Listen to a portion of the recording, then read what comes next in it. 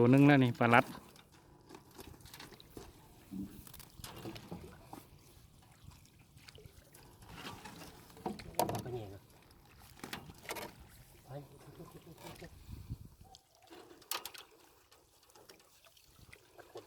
มันอยู่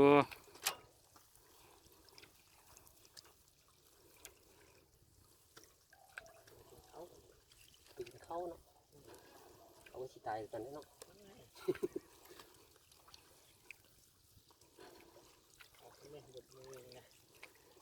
เข้าเขาก็มาแล้วกูไม่ได้กินข้าวปะนี่กูไปยากนึงเนาะเอากันแต่9 โมงแล้วพอได้กิน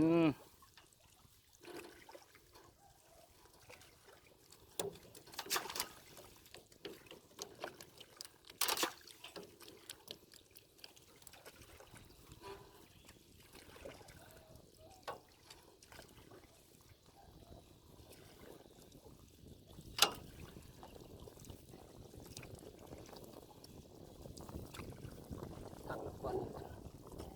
เปิด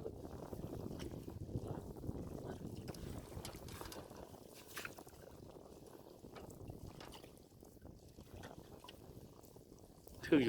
ยู่ฝั่งมันนะ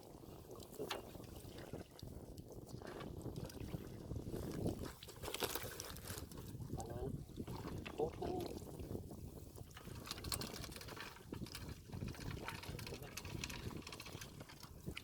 ต้องด้วยความกินยาตรงนี้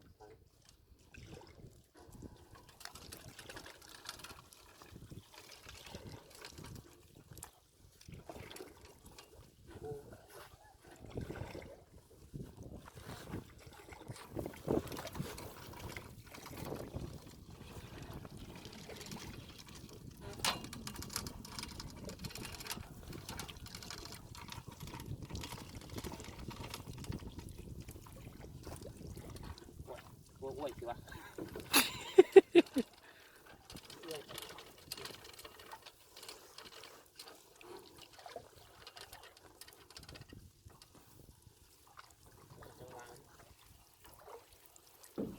บาทสองบาท2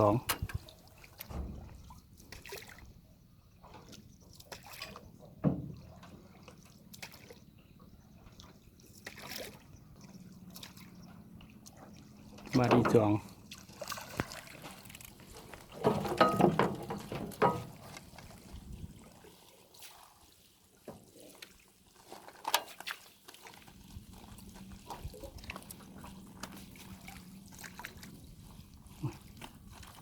มันยังถืออยู่ตัวนี้มันจะดิ้งได้มันจะดิ้งได้อย่าเลยอย่าลิงนะ หมองโตงใช่ไหมหมองโตงเป็นคนเราแหละ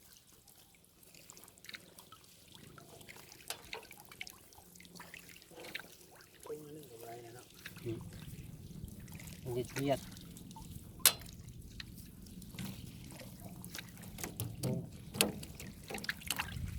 นี่ล่ะคนสุดเลยล่ะ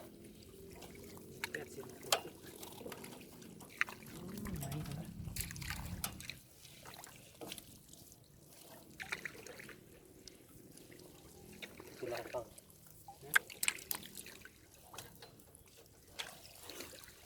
โอ้โหข้าวปุ้น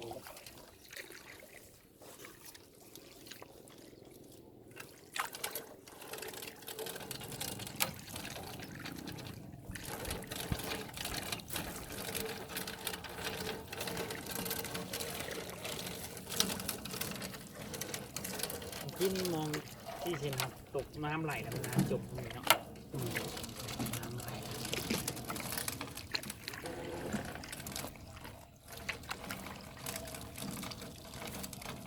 โอ้ร้อน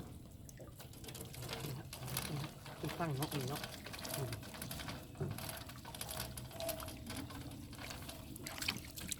ฟังเนาะ